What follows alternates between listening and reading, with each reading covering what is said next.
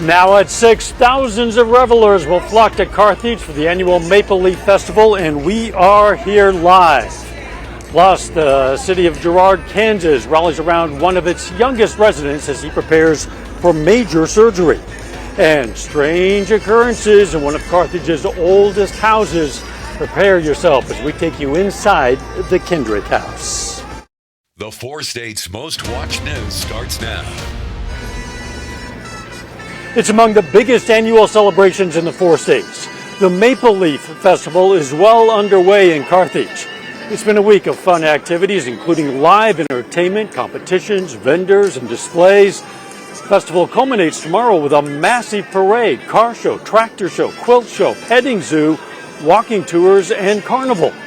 The Chamber of Commerce estimates this festival brings in close to 65,000 people to this historic community, and we are here live. This is KOAM News at 6. I'm Dow Quick. We're going to have more on the Maple Leaf Festival for you in just a bit, but first, some of the day's top stories. The slurry spill that shut down Quince Road in Newton County, Missouri, has been cleared and reopened today at about 3 p.m.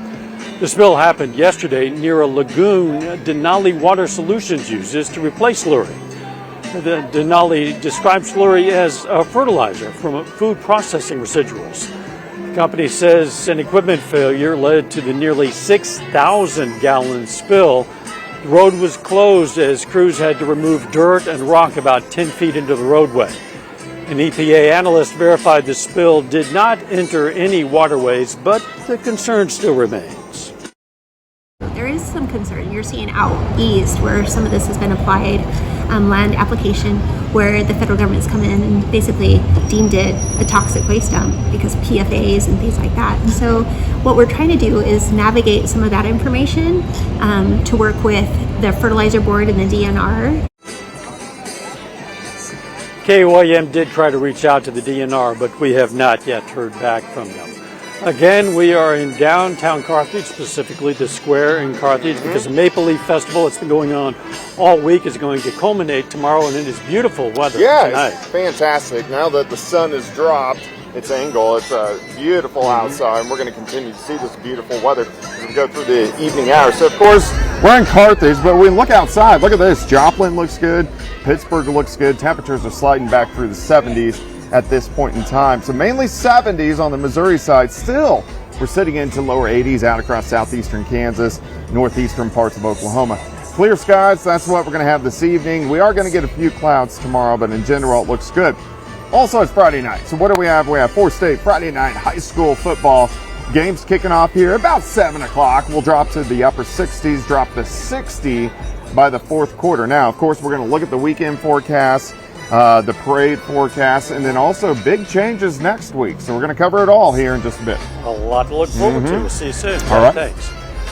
Girard, Kansas, a boy has a date, and the community has a date to rally around that boy. Emmaus Short has a rare condition where some of his organs have been formed abnormally. He's had 3 open-heart surgeries, and now the community of Girard is coming together to help cover medical costs for the Short family. The number of people who have been supportive and encouraging and have prayed for Emmaus throughout all this is crazy. Just the amount of love we've received. The Soup for Short family fundraiser takes place tomorrow at the Girard Bible Church from 5 p.m. until 7. The state of Kansas is getting a federal grant to improve efficiency and access to the Kansas Food Assistance Program. More than $700,000 will go to the Kansas Department for Children and Families. That grant will enhance the digital system that accepts SNAP, known as Food Assistance in Kansas. The main goals for the grant are to reduce status wait times, improve data accuracy, and enhance the overall client experience. Southwest Missouri experienced some of the worst guerrilla warfare of the Civil War. Few buildings and homes survived, but one of those in North Carthage is the Kendrick House. It's 174 years old. It was used as a family home, a community hospital, and military headquarters, and today it's a living museum. As KOIM's Tanya Bach discovers, some claim its occupants are still there. Elvira Kendrick, Joshua Kendrick, Austin Kendrick. Lisa Martin is talking about the people who never left the Kendrick mansion, the oldest home in Jasper County. Rose, who was a servant of the family for many years. Elizabeth Kendrick, who was the first Mrs. Kendrick here. Elizabeth and her husband, William Kendrick, built this modified federal-style house in 1849. Their home, one of the few to survive the Civil War. They estimate that there would be about 1,000 guerrilla fighters ranging between Lamar and the Arkansas border. You never knew who was riding up, if they were a friend or foe. The parlor room still has its war secrets, from the many times the women and children hid under the floor to the days when General Joe Shelby fed his horses out of the cabinet drawers. Their feet left hoof prints. There's some on the floor over there, and there's a couple more that are actually under the carpet here. During the Battle of Carthage, the table I'm lying on was used as a field hospital operating table. Today, when visitors come to the Kendrick house and lie on the table, they often have unusual experiences. The Kendrick descendants lived in the home until the late 1960s. Today, a nonprofit runs the Kendrick House, with Martin on the board for the past 15 years. She's also a member of the Paranormal Science Lab research group. Carol is very active in the house. We get lots of EVPs related to her. William and Elizabeth's great-great-granddaughter, Carol Sue Janney, died from polio in 1936, just before she turned 3. You wanted me to roll the ball? Nicknamed Carrot, Martin says that she and her Aunt Pauline, who also died at a young age, often interact and play with visitors. They're going about their days just like we are. And we just happen to run into each other sometimes. And sometimes the girls and others in the home will even talk to you. Carrot, was that you? Oh. It's nice to meet you, Carrot. There are just some places that seem to have, that are almost like a way station between this side and the other side. A stopping point at the Kendrick house seems fitting for a home that's been around for 174 years. Reporting in Carthage, Missouri, Tanya Bach, KOAM News. Well, you can join the Paranormal Science Lab during their next investigation and haunted history tour at the Kendrick House, if you dare. That's going to be next Saturday, October 28th at 8 p.m. You can find a link to tickets on our website. Proceeds go to preservation efforts for the Kendrick House. Coming up, we're going to talk with the 2023 Maple Leaf Queen as we continue our coverage live from the Maple Leaf Festival right here in Carthage. Welcome back again. We are live in Carthage for the Maple Leaf Festival, and we are joined by the Maple Leaf Festival Queen herself for 2023. That is Madison Crocker Scott. First of all, congratulations to you. Oh, thank you so much. I know it involved a talent competition in which you sang and an interview competition, so it's quite an honor. Yes, it is. Now, this has got to be really special for you because the very first queen of this event, back 57 years ago, was your grandmother. That's Jeannie Crocker from back in 1966, I guess. We're going to show some images of your grandmother, but tell me what it means for you to be able to step in her royal footsteps, so to speak. It's really an honor. I love my grandmother, and she's taught me more than any other person I know. She is such a kind person, and being queen has really reminded me to be as much like her as I possibly can. And it's been an honor getting to represent Carthage as well. That's great. And we should point out that your grandmother is still with us, and I think she'll be watching the parade tomorrow. Now, the community is really a reason to be proud in and of itself. Tell me about what Carthage means to you now that you are representing it as royalty. Well, Carthage, the community is so closely knit and so loving and generous. It's a really nice environment to be in, and it's really fun to get to go around and see everyone that I know and meet new people. And Carthage really it means home for me. This has always been my home, whether I've moved and come back or been here since 4th grade. It's home, and it will always be home. Well, I think you mentioned to me that you were actually born in Italy on a military base because your parents both served, but you have a long family history in this community, and I'm sure that your family is very proud of you being the queen for this year's festivity. Yes, thank you. Thank you, Madison. Doug's going to be right back with the weather, live from Carthage when we come back.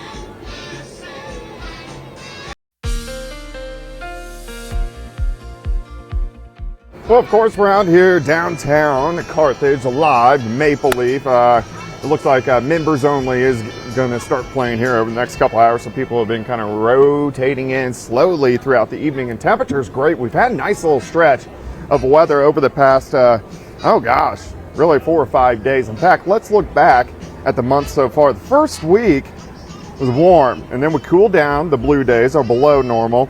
The first weekend warmed back up last week, and then back below normal this past weekend through the first half of this week, and then these great temperatures sticking around as we go into the weekend. In fact, let's go outside now. Of course, the sun's about ready to set, so they're going to fall off pretty quickly. 76 here in Carthage, 80 in Miami, 78 in Pittsburgh. We have 84 still in Neodesha. Look at 7th and Range Line, looking good. 77, visibility's good. Really no wind.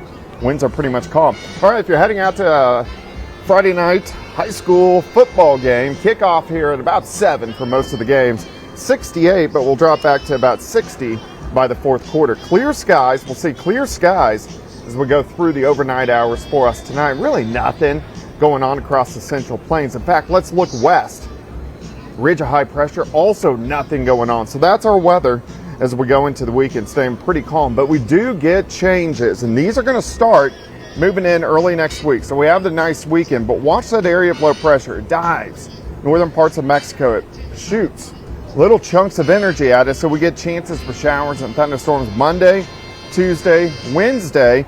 It passes by on Thursday, but look at this. Another system drops in on Friday, giving us rain chances, and then another one comes in as we get into next weekend, so it stays pretty active. In fact, I know we've had patchy frost already, but we could be looking at our first freeze here in just about 8 to 9 days, so that's something we're going to need, or watch. We do need the rain. Look at our rain potential over the next week. A lot of areas could pick up 1, 2, 3, even 4 inches of rain. Now, until that occurs, we're looking pretty good. Tonight we'll drop back right around 54, 55 degrees for overnight lows. By the noon hour tomorrow, mid-70s, and then very similar to what we saw today. Most of us 78 to about 83 once you get into our far western counties. Tomorrow night looks good. We drop back right around 50 once again. Then Sunday afternoon looks pretty good as well. Sunny skies, high temps, mainly into the mid to upper 70s. All right, so your forecast for tomorrow. If you're heading out to the parade, 9 a.m., 61. By 11, it's up to 71 degrees, so it's going to be a quick warm-up through the morning hours. But breaking down your weekend, 80 tomorrow, 78 on Sunday. Warm Saturday, kind of chilly tomorrow night. Sunday is looking pretty good as well. Let's go 80 for a high tomorrow, 78 on Sunday. Monday, 79, a lot of clouds. Rain chances increase Tuesday, Wednesday, Thursday, chances on Friday. And look at our temperatures by next Sunday and Monday, our first freeze possible. Wow. And, it's going to start getting colder. We're getting closer to November, but man, you can't beat this weather this weekend for Maple Leaf. Just about perfect. I'm going to be in the parade. You're going to be in the parade. Some others from our news team are going to be in the parade. Tens of thousands of our closest friends are going to be lining the streets tomorrow. Exactly. The weather will be perfect. Yes, it will. Doug, thanks. Still ahead, John Dales is live at Nevada High School for the game of the week. We're going to hear from him and the head coach of the Seneca Indians. That's up next.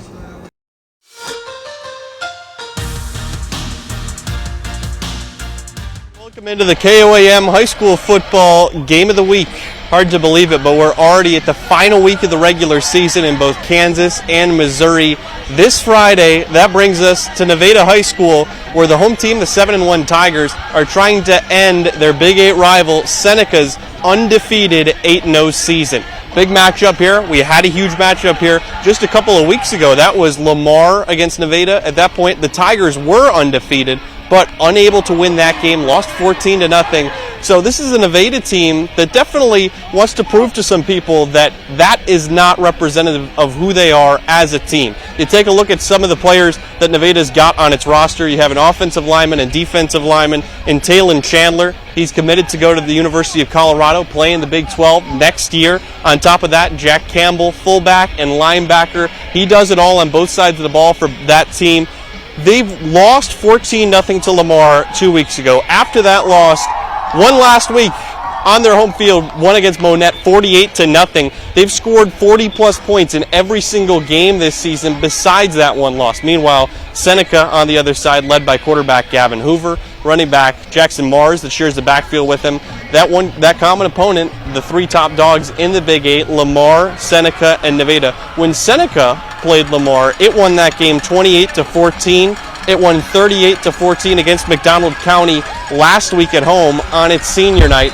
That's what Seneca walks into tonight. The Indians trying to spoil Nevada's senior night here at home. So a lot on the line in this one. A lot of playoff stakes as well. An 8-0 team against a 7-1 team. So plenty of things up for grabs as well. And the Big 8, it really is going to make a difference come playoff time. Who wins this game? And again, Seneca at 8-0 made a trip deep into the state playoffs last year. Lot on their mind trying to get into the playoffs again on a roll. And at this point in the year, you really want to be hitting your stride, playing your best football. We saw a week ago in Kansas, our game of the week was Frontenac taking on Parsons. That game came down to the final seconds, a game-winning field goal in that one. If we're in store for as good of a game or even close to that, we'll be lucky here tonight. So join us on 4 States Friday night. That's myself and Brock Baldridge who are going to be covering that at 10 o'clock on 4 State Friday night, then again at 11 on Fox 14 Press Box. Until then, signing off here from Nevada, I'm John Dales. We'll be back right after this. Look at what's coming up on KOAM News at 9 on Fox 14. A church in Girard is rallying behind a 4-year-old boy with a rare health condition. We're going to learn how they're raising money. Plus, the city of Caney, Kansas holds a meeting to discuss the future of its water restrictions. And we're going to have some tips for managing subscription fatigue, making sure you know what you're actually still subscribed to. Those stories, a lot more, of course. It's coming up on KOAM News at 9 on Fox 14. A party at St. Luke's Nursing Center in Carthage really went to the dogs today. The Senior Living Center hosted a costume dog party, a parade. 4-legged fashionistas got to strut their stuff in such costumes as a taco and Batman, sort of. For many of the residents, the event reminded them of the dogs and cats they used to have. Maybe they had a dog or a cat when they were younger, and so we just get to hear stories from them about their dog. This morning during exercise, I actually asked them if they had dogs when they were younger, and that event also featured a live band. Speaking of live bands, a live band's going to be performing here tonight at 7, and that's why you see some people gathering with their lawn chairs, filling up the courthouse lawn as well. It's members only, which is a local band, and they play just great 80s songs. I mean, they're just so fun to listen to. But yeah, if you want to come out, the weather's going to be fantastic. We're starting to drop off now, so we're dropping through the 60s. Now, if you are going to the parade in the morning, it starts at 9. Temperatures are going to be sitting at about 64, 65 degrees, but we're quickly going to get into the 70s. High temp of 80 tomorrow. Beautiful weekend. Perfect for the Maple Leaf Festival. Absolutely. Thanks for joining us live from the Maple Leaf Festival right here in Carthage. We'll see you at 10. Let's make it a great evening.